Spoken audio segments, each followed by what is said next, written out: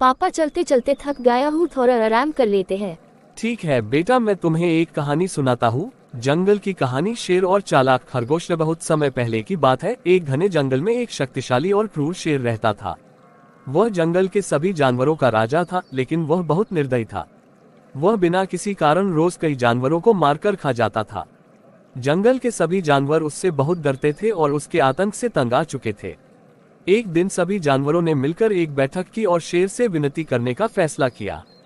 उन्होंने शेर से कहा, महाराज, यदि आप इसी तरह हमें मारते रहेंगे तो एक दिन जंगल में कोई जानवर नहीं बचेगा। हम आपसे प्रार्थना करते हैं कि आप रोज सिर्फ एक जानवर को खाने के लिए बुलाएं, ताकि बाकी सभी जानवर चैन से रह सकें। शेर ने सोचा कि यह अच्छा विचार है। उसने कहा, ठीक है, मैं रोज एक ही जानवर खाऊंगा, लेकिन अगर कोई भी समय पर नहीं आया तो मैं कई जानवरों को मार दूंगा। सभी जानवर डरकर राजी हो गए और रोज बारी बारी से एक जानवर शेर के पास जाने लगा। कुछ दिनों बाद एक दिन खरगोश की बारी आई। वह बहुत छोटा और चालाक था। उसने सोचा, अगर मैं ऐसे ही शेर के पास जाऊंगा तो मेरी मौत निश्चित है। मुझे कुछ ऐसा करना होगा जिससे शेर मारा जाए और जंगल के बाकी जानवर बच सकें।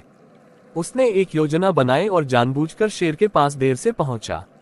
शेर बहुत गुस्सा हुआ और गरजते हुए बोला, तुम इतनी देर से क्यों आए? मैं तुम्हें अभी खा जाऊंगा। चालाक खरगोश डरने की बजाय बोला, महाराज, मैं समय पर आ रहा था, लेकिन रास्ते में मुझे एक और शेर मिला। उसने मुझे रोक लिया और कहा कि वह इस जंगल का असली राजा है। उसने मुझे खा जाने की धमकी दी, लेकिन मैंने किसी तरह उससे बचकर आपको ये खबर देने के लिए यहाँ आया हूँ। शेर बहुत क्रोधित हुआ और गरजते हुए बोला, कौन है वह दुस्साहसी शेर? मुझे उसके पास ले चलो। खरगोश शेर को जंगल के बीच एक गहरे कुएं के पास ले गया और कहा, महाराज, वह शेर इसी कुएं के अंदर रहता है।